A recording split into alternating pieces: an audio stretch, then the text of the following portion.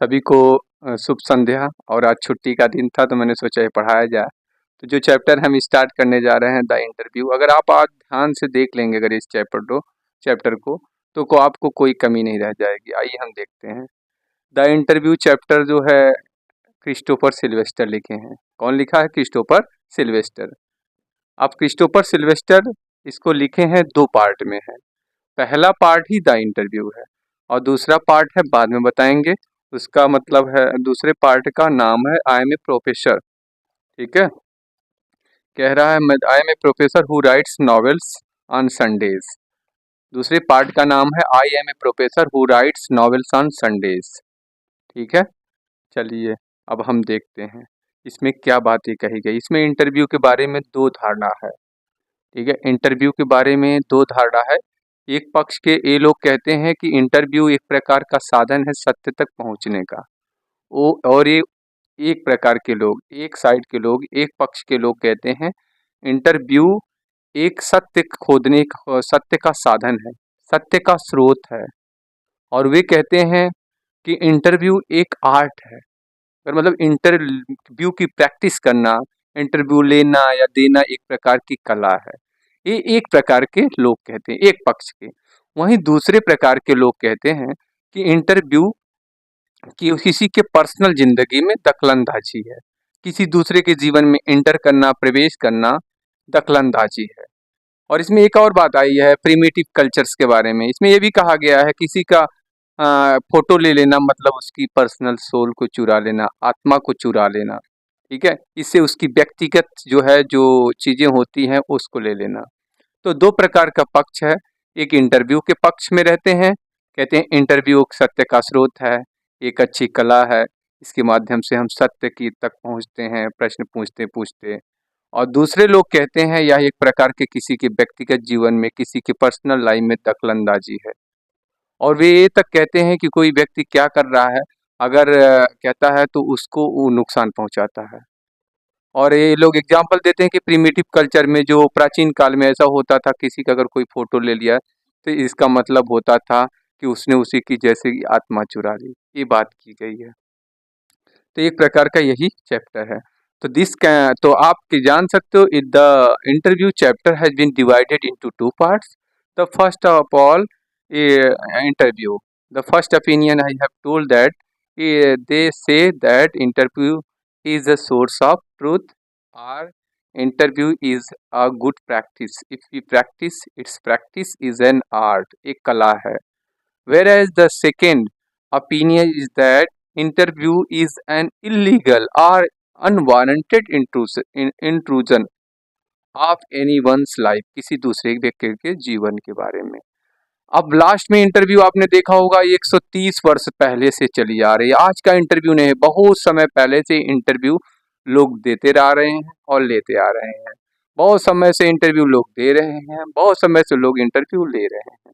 तो विभिन्न प्रकार के मतों को करने के बाद ये कह रहे हैं क्रिस्टोफर सिल्वेस्टर इस मत पर पहुंचे हैं कि इंटरव्यू पर जो विचार है लोगों को वो वैरी करते हैं। कुछ कोई कहता है, कुछ कौन, मतलब अलग अलग विचार है, वैरी कर रहे हैं, चेंजेस कर रहे हैं।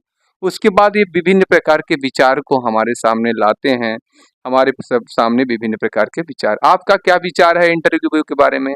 आज तो हमारे यूपीएससी हो गया, आईएएस हो गया, पीसीएस हो गया, पहले प्रीलिम होता है, फिर मेंस होता है, फिर इंटरव्यू होता है। आपका इसके बारे में क्या विचार है आप कमेंट करके बताएंगे। ठीक है, अगर वीडियो को अधिक से अधिक शेयर करेंगे। आइए हम चलते हैं। और आज तो इंटरव्यू एक कॉमन, इसमें कहा गया है कि इंटरव्यू आज तो कॉमन हो गया है, जर्नलिज्म का आधार हो गया। आज इंटरव्यू जो है कॉमन प्लेस हो गया, आम बात हो गई लोगों के बीच में। हजारों इंटरव्यू लिए जा रहे हैं, हजारों इंटरव्यू दिए जा रहे हैं। और कई लोगों के इंटरव्यू तो बार बार लिए जा रहे हैं, कई लोगों के इंटरव्यू बार बार दिए जा रहे हैं।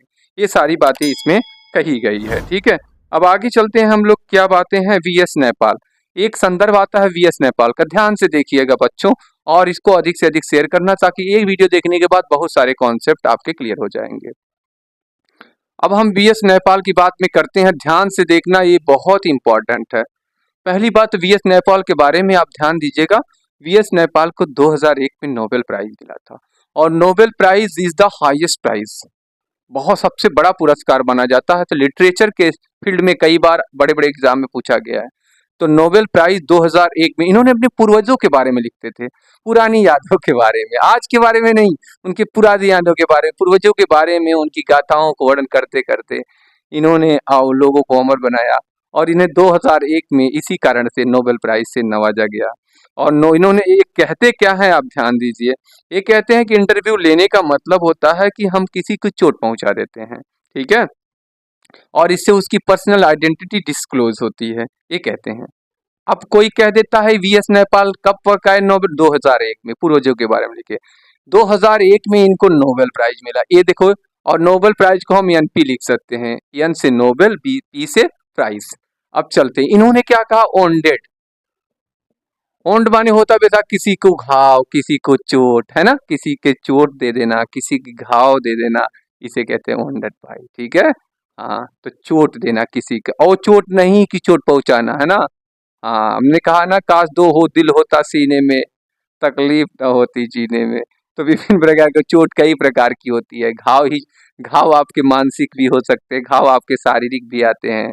कोई घाव आपके चोट दे जाते हैं तो खून बहता है, कोई घाव आता है तो आपके पर्सनल, आपके विचारों से रोकड़े करते हैं, आपके शरीर में घुस जाते हैं। तो ये कहते हैं अगर इंटरव्यू किसी का लिया जा रहा है, किसी का दिया जा रहा है, तो इसका मतलब ये है कि हम ऑनडेट कर दे रहे हैं, किसी की आइडेंटिटी की, किसी की पर्सनल चीजों को हम लोग क्या कर रहे हैं कि लॉस हो जाती है, उसकी पर्सनालिटी लॉस हो जाती है, पर्सन चीजें। ये वीएस नेपाल का था, उनकी कहते हैं कि किसी का ऑनडेट, कहते हैं कि अगर इंटरव्यू लेने से देने से क्या होता है, किसी की पर्सनल आइडेंटिटी डिस्क्लोज होती है और साथ ही साथ वो अपनी पर्सनल चीजें, अपने आप को, पार्ट को, कुछ चीजों को खो देते हैं। अब दूसरा हम इसी पर आगे चलेंगे, आप ध्यान दीजिएगा, ठीक है। ऑनडेट अब तो हो जाएगा लेविस कैरोल, आप ध्यान से देखिएगा, लेविस कैरोल, स्पेलिंग लिख रहे हैं इसलिए ध्यान दीजिएगा, लेविस कैरोल।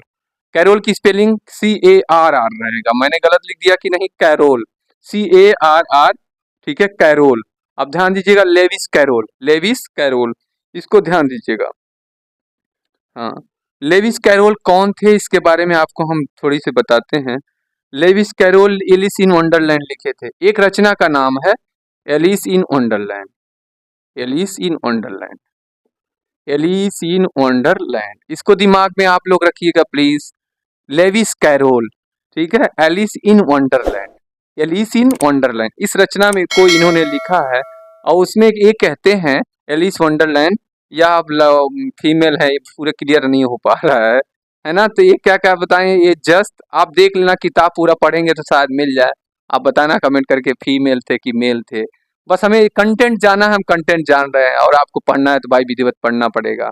तो जस्ट हॉरर कहते हैं, एक प्रकार के कहते हैं हॉरर है, भय है, आतंक है, ऑफ द, ठीक है, ऑफ द इंटरव्यूअर, कह रहे हैं इससे एक भय होता है, ये कहते हैं एक हॉरर कहते हैं। अब कोई कहेगा हॉरर कौन कहा था, लेविस कैरोल, कहते हैं इससे लोग डरे रहते हैं, क्या पूछे जाएगा प्रश्न, जैसे मैं आपको, आप भी जानते हैं, आपका हम इंटरव्यू लें और हम जाएं आपके सामने तो आपको डर रहता है, कैसे सर से बोलेंगे, कैसे आई कांटेक्ट रहेगा, कैसे हमारे हाव भाव रहेंगे, इस प्रकार के आपके अंदर भी विभिन्न प्रकार की, इसलिए इंटरव्यू बहुत जरूरी है आज के ज़माने में। इसलिए मैं लगातार अपने स्कूल में वीडियो बनाता हूँ, साथ ही साथ बच्चों को हमेशा केवल प्रेजेंटेशन पे जोर देता हूँ, पढ़ाओ कम, उनकी प्रेजेंटेशन पे ज़्यादा जोर दो, इंग्लिश बुलवाने की कोशिश करो, मीनिंग सिखाओ, ये सारी चीज़ें करते हैं। तो कहते हैं अगर हम किसी का इंटरव्यू लेते हैं तो कहते हैं इससे भय पैदा होता है, जिसका इंटरव्यू लेता है वो डिस्करेज होता है, एजिटेशन होता है, ये सारी चीज़ें कहते हैं एक हॉरर की तरह काम करता है कुछ लोगों को इंटरव्यू। अब आप बताइएगा कि आपको इंटरव्यू अगर कोई ले, इंटरव्यूअर का हॉरर रहता कि नहीं, जैसे आप किसी के पास इंटरव्यू तो आपको भय रहता है कि नहीं, इन सारी चीज़ों को आपको बताएंगे। तो एक पाथ हो गई ना, मैंने बता दिया एक, अब हो गया दो, अब तीसरे पे आएंगे, ठीक है, दिख रहा होगा नीचे शायद आपको, तीसरा है रुडयार्ड किपलिंग, ध्यान दीजिएगा कौन है, रुडयार्ड किपलिंग। और रुडयार्ड किपलिंग भी जंगल बुक लिखे थे, अगर ध्यान दिया जाए, रुडयार्ड किपलिंग जो थे वो जंगल बुक लिखे थे, रुडयार्ड किपलिंग, ठीक है, इनकी रचनाओं का नाम है जंगल बुक, ध्यान देना, बहुत फेमस रही है, और किम भी लिखे हैं, हमारे ख्याल से यही लिखे हैं, एक बार कंफर्म करना है रुडयार्ड, लेकिन जंगल बुक इन्हीं के द्वारा लिखी गई एक किताब है, ठीक है। हाँ, किम्बल हारा, और उसमें कहानी है हिमालय की, कंसिडर है children classic all over the, और ये बच्चों के बारे में ज्यादा लिखते हैं, चिल्ड्रन क्लासिक, है ना। अगर देखा जाए रुडयार्ड किपलिंग के बारे में कुछ पूछ दे तो बता दो, ये एक बहुत फेमस रहे हैं और ये चिल्ड्रन का क्लासिक लिखते हैं, चिल्ड्रन क्लासिक, चिल्ड्रन माने बच्चों के क्लासिक के बारे में बहुत अच्छा कर लिखते हैं एकदम। तो जंगल बुक इनकी बहुत ज़्यादा फेमस रही है, ठीक है। हाँ, और पोएट ऑफ कॉमन सोल्जर कहा जाता है। तो इन सारी चीज़ इनके बारे में कहा जाता है कि एक बार इनकी पत्नी थी, एक इनका क्या विचार था अब आगे देखते हैं, थोड़ा मिटाते हैं हम आगे चलते हैं, ठीक है। 1 मिनट, अब ऊपर लिखेंगे तो आप लोग को ज़्यादा समझ में आएगा, ऊपर है। हाँ, ध्यान देना। हम रुडयार्ड किपलिंग के विचार को आगे बढ़ाएंगे या थोड़ा देखते हैं। इनकी पत्नी का नाम था कैरोलिन। मैं जो बता रहा हूँ एग्जाम में पूछा जा सकता है, इनकी पत्नी थी कैरोलिन। उनकी एक डायरी थी, ठीक है। कैरोलिन की एक डायरी थी। वो कैरोलिन की डायरी में उन्होंने क्या लिखा है मैं आपको बताने की कोशिश करूंगा, ठीक है। कैरोलिन कैरोलिन लिखती है अपनी डायरी में, जो 14 अक्टूबर 1892 में आई थी। 14 अक्टूबर 1892। याद रखना 15 अक्टूबर को मेरा जन्मदिन है, लेकिन मेरा 15 अक्टूबर 1992 है, और ये 14 अक्टूबर 1892 थी। याद रखना 14 अक्टूबर में इनका क्या है, ठीक है, डायरी आई। हमारा 15 अक्टूबर को जन्मदिन है, 1892 है तो 1992 में हमारा जन्मदिन है सर। तो 14 अक्टूबर 1892 में इनका जो है क्या है, ये डायरी पब्लिश करती कैरोलिन। और उस कैरोलिन लिखती किसके बारे में, उसमें बातें किसके बारे में लिखती है, अपने हस्बैंड के बारे में। जानते ही वो पत्नी है और हस्बैंड बहुत फेमस हो तो लिखेंगे ही डायरी। तो वो अपने डायरी के बारे में लिखती हैं। क्या लिखती हैं आप ध्यान से रखिएगा, ध्यान दीजिएगा। वो लिखती हैं उनकी पत्नी कि कैसे एक दिन की बात लिखती हैं कि 2 रिपोर्टर आए थे। कैरोलिन लिखती हैं कहाँ से आए थे, ये इसी तीसरे वाले पॉइंट का हम आगे बढ़ाते हैं। कहते हैं बोस्टन से आए थे। बोस्टन एक जगह है, बोस्टन एक अमेरिका की जगह है, ध्यान दीजिएगा, अमेरिका की। कहते हैं एक बार रुडयार्ड किपलिंग का लोग आए थे इंटरव्यू लेने बोस्टन से, अमेरिका से। वो लिखती हैं कि बोस्टन से 2 लोग आए थे और रुडयार्ड किपलिंग और पूरी दिन को बर्बाद कर दिए। इंटरव्यू आए थे, पूरे दिन को नष्ट विनष्ट कर दिए, ठीक है। हाँ, कह रहे थे रैक कर दिए, rack by 2 reporters from Boston. 2 reporter आए, कहाँ से, बोस्टन से आए, और उनके पूरे जीवन को बर्बाद कर दिए, डिस्ट्रॉय कर दिए। ये वो लिखती है। और वो कहते हैं कि जो है, इसके बाद वो लिखती हैं कि क्यों मना करती हैं। ये कहते हैं, वो उसमें ये क्लियर करते हैं भाई कि व्हाई डू आई रिफ्यूज। क्या कहते हैं, why do I refuse them, मतलब कहते हैं कि हम मना क्यों करते हैं इंटरव्यू लेने से। अब ये क्या कहती हैं आगे देखो। अब इनका विचार क्या था, रुडयार्ड किपलिंग कैरोल देखो, बोस्टन से आए, दिन बर्बाद कर दिए। तो रुडयार्ड किपलिंग कहते हैं कि वो मना क्यों करते हैं।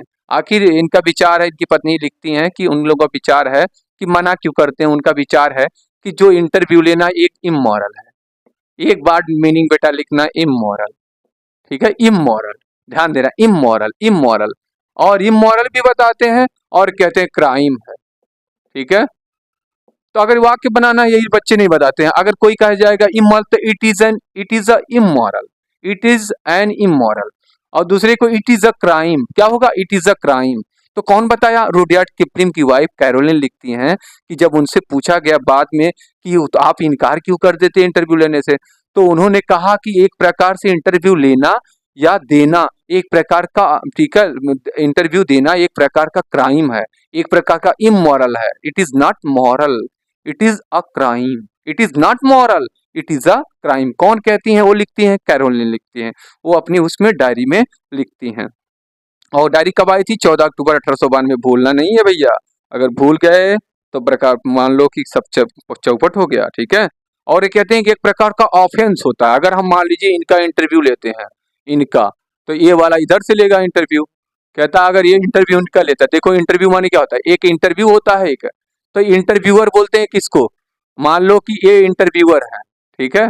इंटरव्यूअर, इंटरव्यू माने जो साक्षात्कार ले रहा है, ये लेगा। और ये इंटरव्यू बोलते हैं जो देने वाला होता है, इंटरव्यू। कहते हैं कि जो इंटरव्यू लेता है और एक इंटरव्यू देता है ना। आप देखे होंगे इंटरव्यू दोनों, एक लेने वाला होगा एक देने वाला। तो कहते हैं ये क्राइम तो है, ये एक ऑफेंस है, एक व्यक्ति का ये ऑफेंस कर रहा है इसके ऊपर। कह रहे एक प्रकार का अपराध है, एक प्रकार अटैक है, एक धावा है। ये इसी शब्द में एक और धावा बोल देते हैं, असॉल्ट।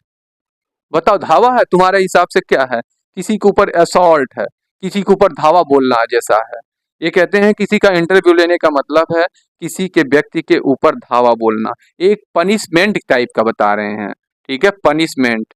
ये सारी बातें किसने लिखा है, रुडयार्ड किपलिंग के बारे में उनकी पत्नी कैरोलिन व्यक्त कर रही हैं, राइट करती हैं कि कैसे वो क्यों मना करते हैं। तो कोई पूछेगा व्हाई रुडयार्ड किपलिंग रिफ्यूजेज, या उनकी पत्नी क्यों लिखती हैं को रिफ्यूज कर देते हैं। तो आप बताओगे वो ये कहते हुए कि किसी व्यक्तिगत के जीवन को पे धावा बोलना इंटरव्यू देने का मतलब है, इंटरव्यू है। और ये आप कहोगे उन्होंने क्या क्या कहा है, तो बताओगे क्राइम कहा है कि एक प्रकार का क्राइम है।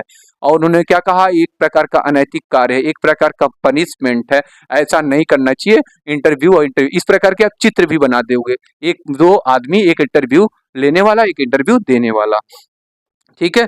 तो कहते हैं एक प्रकार की बुरी चीज है, तो कह रहा है इंटरव्यू देना क्या करके वाइल चीज है, खराब चीज है।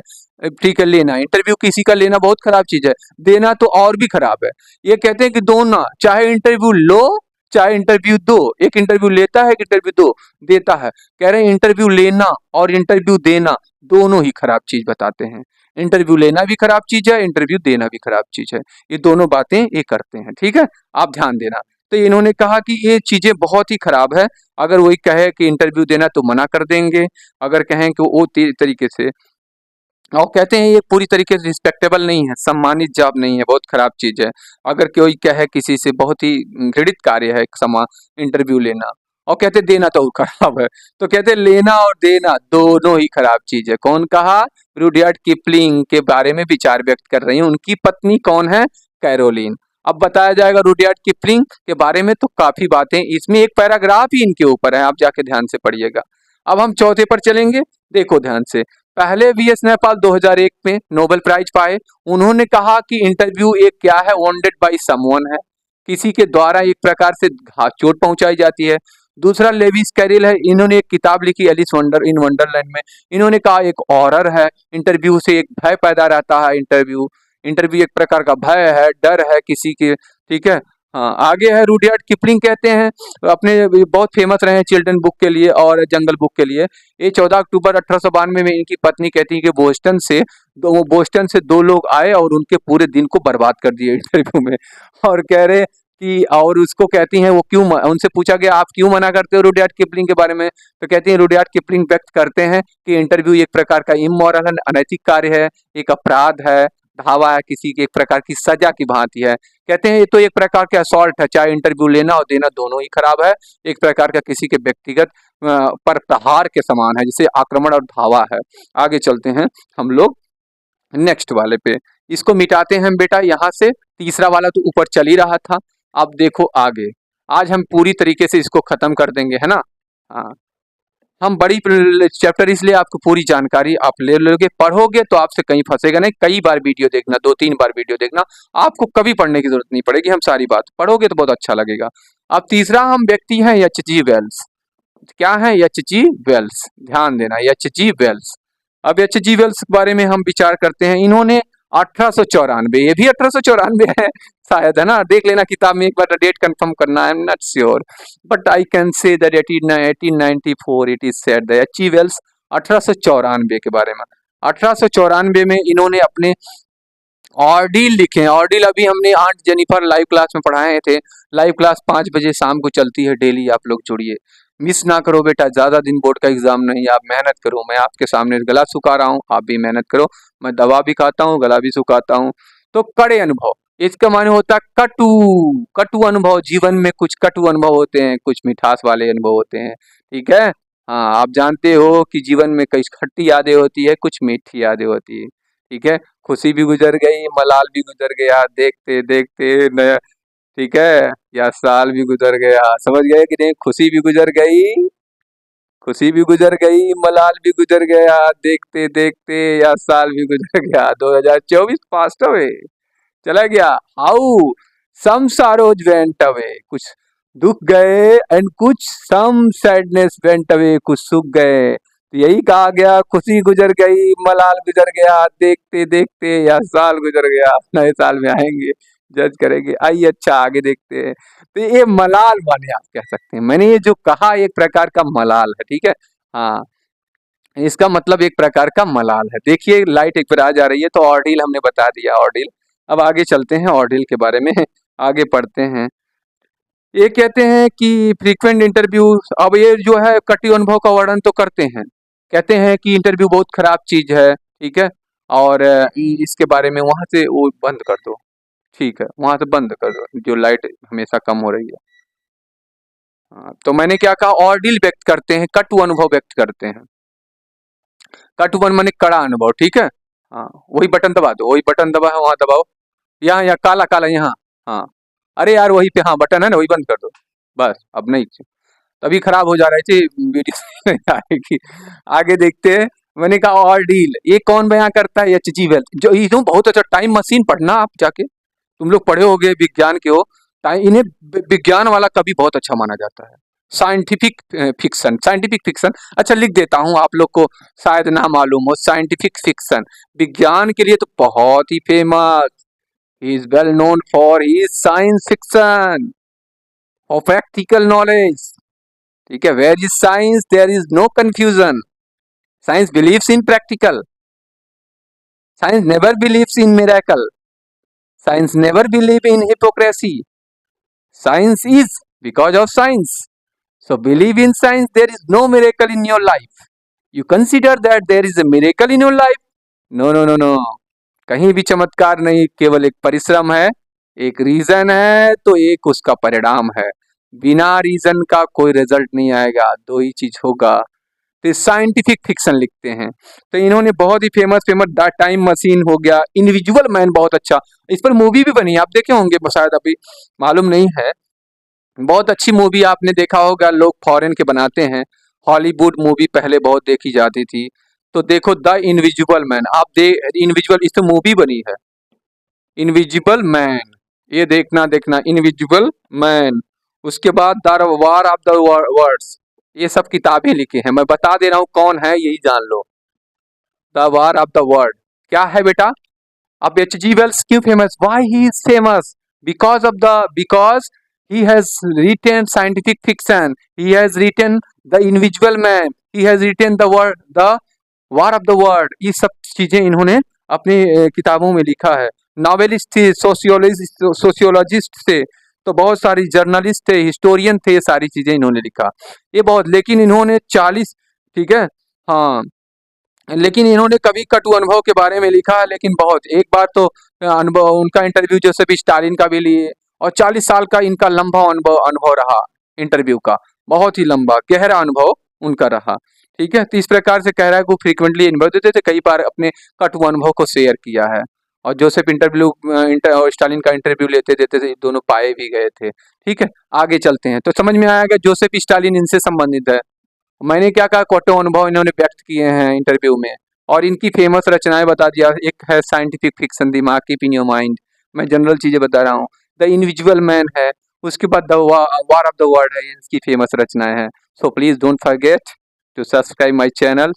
If you subscribe my channel, you will join my class daily at 5 p.m. without, you will get notification if you press the bell icon. So please don't forget to subscribe my channel so that you can acquire the free live class daily at 5 p.m. ठीक है, it is in your favor, so I am doing this, please don't forget and do share this link everyone who is in your contact। चलो, अब आगे हमने देखेंगे। अब अगला है एच.जी. वेल्स, बता दिए। अब साउल बेलो के बारे में बताएंगे। अगला कौन है, तो आप देखो कितने, एक चौथे थे क्या। अब हम पढ़ेंगे साउल बेलो। अब साउल बेलो के बारे में बताएंगे, साउल बेलो। ठीक है, साउल बेलो, इसको देखो ध्यान से, यही मीनिंग है, देख लेना आप लोग। साउल बेलो की स्पेलिंग क्या है, आप लोग एक बार ध्यान देना, साउल बेलो। तो साउल बेलो के बारे में हम लोग पढ़ते हैं। ये कहते हैं, ये क्या है, द, ठीक है, थंब ऑन द, ये कहते हैं कि थंब प्रिंट्स, एक थंब प्रिंट्स, ये लिख देना। थंब माने, देखो थंब बोलते हैं इसको, बहुत सारे लोग हम थंब, बी नहीं साउंड होता, थंब बोलते हैं, thumb, thumb thumb thumb, B नहीं, थंब। ये कहते हैं थंब प्रिंट है, किसी के इंटरव्यू लेने का मतलब होता है एक तरीके से किसी की print, thumb print on his wind pipe. ठीक है, विंड माने हवा होती है, पाइप। ठीक है, अब श्वास नली ये है, मान लो कोई दबा दे, थंब रख दे तो दब जाएगा। तो कहते हैं इंटरव्यू लेने का मतलब है किसी की वाइंड पाइप जो, ठीक है, श्वास नली जानते हो कि नहीं बायोलॉजी वाले, आप सांस नली तो पूरा पढ़े होंगे। तो कह रहा है कि इंटरव्यू लेने का मतलब किसी का सांस नली को थंब रख के दबा देने के बराबर है, ऐसा कहते हैं।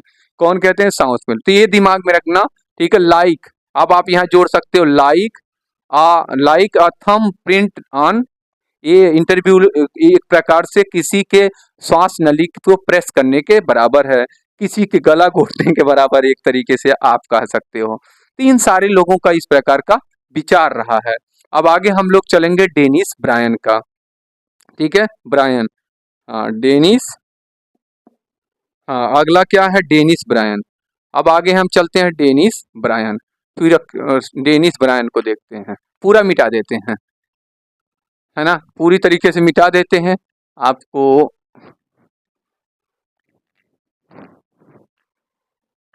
दो लोगों की, अब डेनिस ब्रायन, डेनिस, आप लोग लिखोगे डेनिस, उसके बाद ब्रायन। ब्रायन लारा को सुने ही होंगे, डेनिस ब्रायन। अब देखो ब्रायन लारा, आप सभी क्रिकेट का बहुत वेस्ट इंडीज के थे, बहुत फेमस रहे हैं डेनिस ब्रायन। बहुत, आप ध्यान देना डेनिस ब्रायन के बारे में बताने जा रहा हूँ। आपने सबके विचार जान लिया, और आपका क्या विचार है जरूर है। डेनिस ब्रायन ने कहा कि इंटरव्यू एक प्रकार के एक प्रकार अभूतपूर्व गुण है, अभूतपूर्व अनप्रेसिडेंट पावर होता है। इंटरव्यू के पास एक अभूतपूर्व शक्ति होती है, साक्षात्कार में एक अभूतपूर्व शक्ति होती है।